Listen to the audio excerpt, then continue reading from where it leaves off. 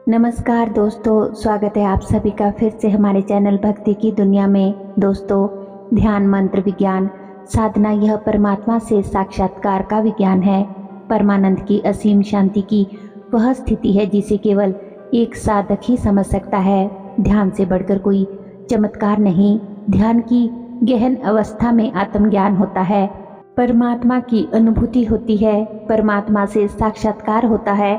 जैसे दोस्तों दीपक की छोटी सी लौ, छोटी सी रोशनी अंधकार को समाप्त कर देती है, वैसे ही ध्यान की गहरी अवस्था हमारे अज्ञान को समाप्त कर ईश्वरीय ऊर्जा से हमारा मिलन कराती है।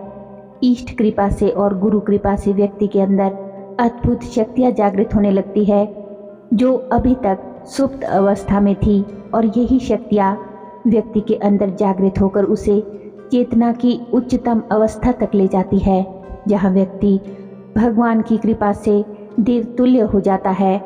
जब यह साधना परिपक्वता की ओर बढ़ती है तो एक साधक को दिव्य अनुभूतियाँ, एक साधक को भक्त को होती है, और इन अनुभूतियों का अनुभव साधक को अलग अलग हो सकता है।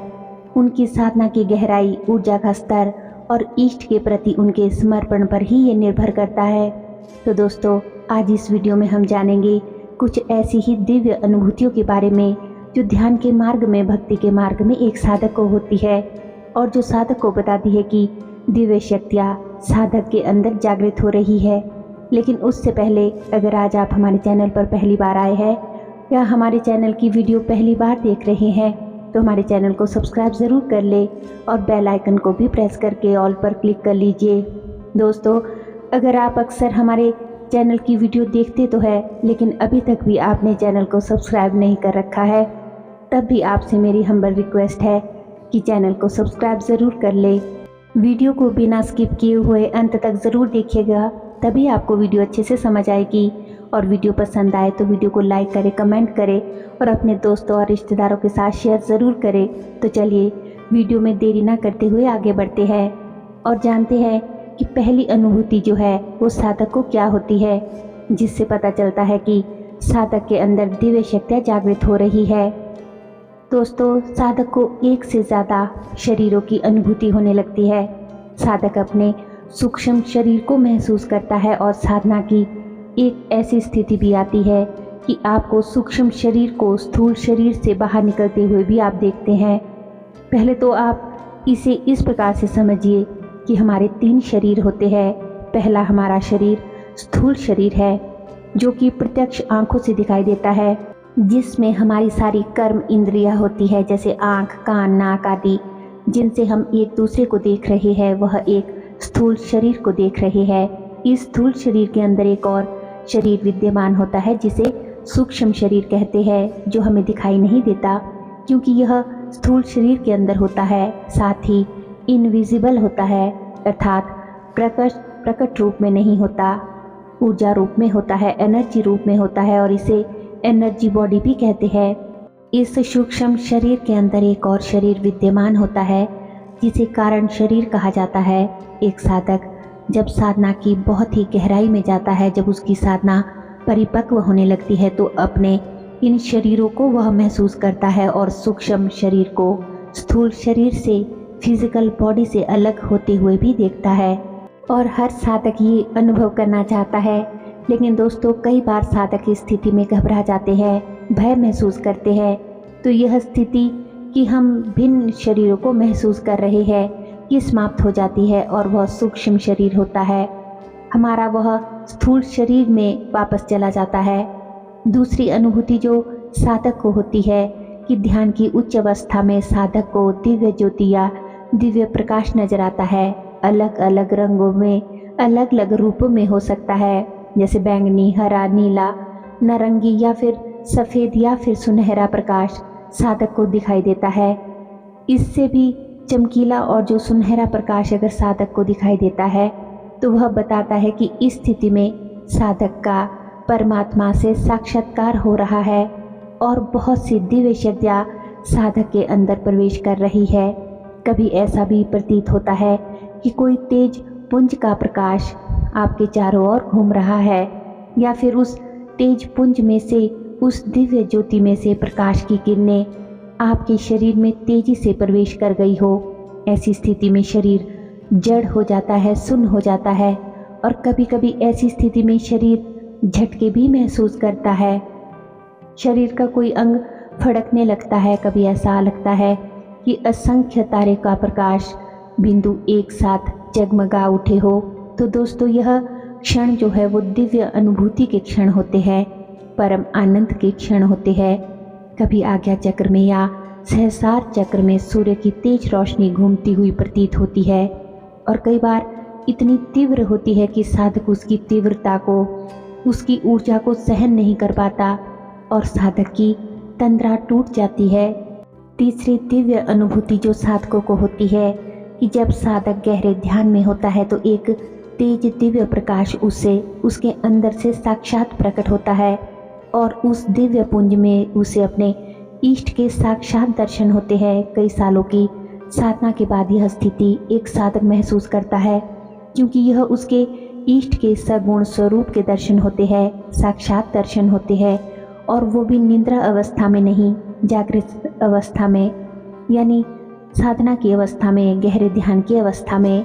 इससे यह होता है कि जब साधक गहरे ध्यान में चले जाते हैं तो वह एक योग निद्रा की स्थिति में चले जाते हैं। इसे निद्रा कहना भी उचित नहीं होगा, तंद्रा कह सकते हैं या फिर योग निद्रा या आध्यात्मिक निद्रा भी इसे कह सकते हैं। ऐसी स्थिति में जब साधक को देव दर्शन हो तो वह साधना की बहुत ही उच्च अवस्था होती है और ऐसा अनुभव हो तो समझिए कि दिव्य शक्तियाँ बहुत गहरे स्तर पर व्यक्ति के अंदर जागृत हो गई है। और ऐसी स्थिति में कई बार साधक को स्वयं भी विश्वास नहीं होता, यह समाधि की स्थिति होती है।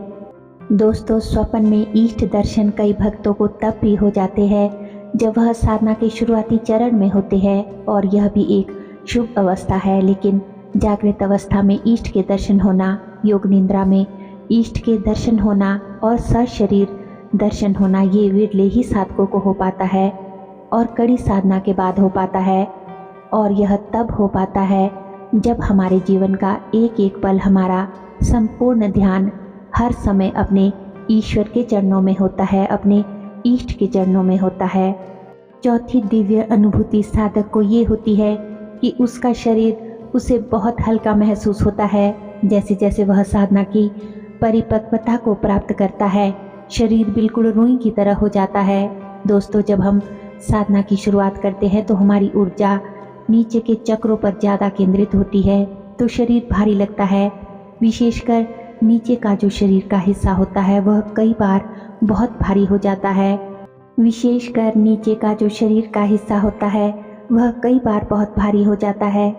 अब नीचे के शरीर के चक्र कौन से हैं? मूलाधार चक्र, स्वादिष्ठान चक्र और मणिपुर चक्र। और इन चक्रों में जब व्यक्ति की ऊर्जा केंद्रित होती है, उसका ध्यान इन चक्रों में केंद्रित होता है, तो व्यक्ति भौतिक वस्तुओं के प्रति, भौतिक जीवन के प्रति ज़्यादा जुड़ा हुआ होता है। लेकिन जैसे जैसे साधक ध्यान साधना उसकी परिपक्व होती है, वैसे वैसे नीचे के चक्रों की जो ऊर्जा है वह ऊपर के जो चक्र है, जैसे अनाहत चक्र या फिर विशुद्ध चक्र या आज्ञा चक्र और सहस्रार चक्र, इनकी तरफ ऊपर उठने लगती है। और यह साधना की श्रेष्ठ अवस्था होती है। जब यह अवस्था होती है तो साधक साधना की ऊंचाइयों को, आध्यात्मिक ऊंचाइयों को प्राप्त करता है। और फिर साधक के लिए एक दिन ऐसा भी आता है जब उसके लिए बहुत ही आत्म संतुष्टि का दिन होता है। बहुत ही गर्व का विषय होता है कि जब उसकी ऊर्जा सहस्रार चक्र को भेदते हुए दैवीय ऊर्जा में सम्मिलित हो जाती है, डायरेक्ट कनेक्ट हो जाती है। ऐसी स्थिति में शरीर का भान समाप्त हो जाता है, स्थूल शरीर का अनुभव नहीं होता और सारी जो हमारी चेतना है वह सूक्ष्म शरीर में केंद्रित हो जाती है। तब ऐसा लगता है कि कई बार शरीर हवा में है, या कई बार ऐसा लगता है कि हम जमीन से थोड़ा ऊपर उठ गए हैं। बहुत ही हल्का, बहुत ही रुई जैसा महसूस होता है। तो यह भी एक बहुत दिव्य अनुभूति है और यह बताती है कि साधक के अंदर दिव्य शक्तियाँ जागृत हो गई है। दोस्तों, अब जो पांचवा जो दिव्य अनुभव होता है साधकों का, कि उसे अपने प्रश्नों के उत्तर, अपनी समस्याओं का हल अपनी अंतरात्मा से प्राप्त होने लगता है। उसे कहीं और जाने की ज़रूरत नहीं होती, अपने अंदर से खुद ही उसे जो उत्तर है वो प्राप्त होता है। उदाहरण के लिए आपका कोई ऐसा प्रश्न है, कोई ऐसी शंका है, समस्या है जिसका आपको उत्तर नज़र नहीं आ रहा, मिल नहीं रहा। आप बहुत जगह चले गए हैं मार्गदर्शन के लिए, लेकिन संतुष्टि आपको नहीं मिली है क्योंकि वह सही उत्तर है ही नहीं, या फिर कोई ऐसी समस्या है जिसका हल, जिसका समाधान आपके पास नहीं है और आप बहुत परेशान हैं। तो जब साधक साधना के उच्च स्तर तक पहुंचता है तो उसे अपने प्रश्नों का उत्तर और अपनी समस्याओं का समाधान अपने इष्ट के द्वारा, ईश्वर के द्वारा दिया जाता है, या तो स्वप्न के माध्यम से, या ध्यान की अवस्था में, या फिर दैनिक जीवन में किसी भी प्रबल संकेत के द्वारा आपको ईश्वर के द्वारा मार्गदर्शन दिया जाता है, चाहे आप उसे समझे, माने या ना माने। तो दोस्तों, इसीलिए जब आप अपनी रोज की साधना में होते हैं, पूजा में होते हैं, तो अपने ईश्वर से, अपने इष्ट से आध्यात्मिक मार्गदर्शन के लिए अवश्य प्रतिदिन प्रार्थना अवश्य करें। क्योंकि देखिए दोस्तों, यदि आप प्रार्थना नहीं करेंगे तो फिर देवी देवता, जो आपके भगवान है, जो आपके इष्ट है, जिनकी आप पूजा कर रहे हैं, वह आपके संकेतों को नहीं पा पाएंगे, आपके प्रश्नों को नहीं समझ पाएंगे, अर्थात आपके संकेत जो है उन तक नहीं पहुंच पाएंगे, क्योंकि आप ब्रह्मांड में ऐसी ऊर्जा क्रिएट ही नहीं कर रहे हो। तो जिस दिन आप ऐसी ऊर्जा उत्पन्न करते हो, स्वयं भगवान से, अपने ईश्वर से प्रार्थना करते हो कि हे प्रभु, मुझे समस्या का समाधान बताए, या फिर मेरी जो भी जिज्ञासा है उसे शांत करे, तो निश्चित रूप से कुछ ही दिनों के अंदर आपको किसी न किसी रूप में अपनी समस्या का समाधान, अपनी जिज्ञासा की शांति किसी न किसी प्रबल संकेत के द्वारा आपको ईश्वर द्वारा ज़रूर मिल जाती है। तो दोस्तों, ये थे कुछ अनुभव जो साधक अपनी आध्यात्मिक यात्रा में महसूस करते हैं।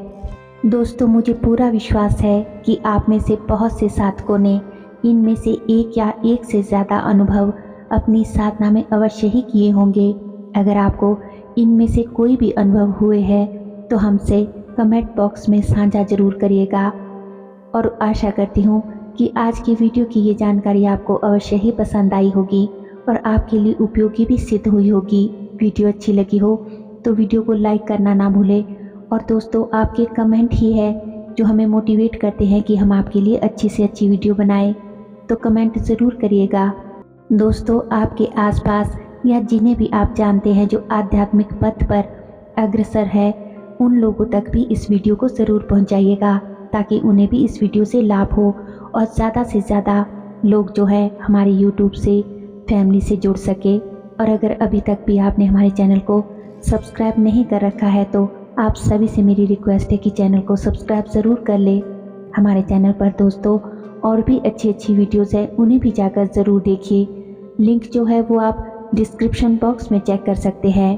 तो चलिए मिलते हैं एक और नई वीडियो में नई जानकारी के साथ। तब तक के लिए आप सभी अपना ख्याल रखिए, खुश रहिए और अपनी आध्यात्मिक यात्रा आप इसी प्रकार से करते रहिए, आगे बढ़ते रहिए। दोस्तों, विश्वास रखिए, ये सारे के सारे अनुभव आपको अवश्य ही अपने जीवन में मिलेंगे। आपको ये अनुभव ज़रूर होंगे। धन्यवाद। जय श्री कृष्णा।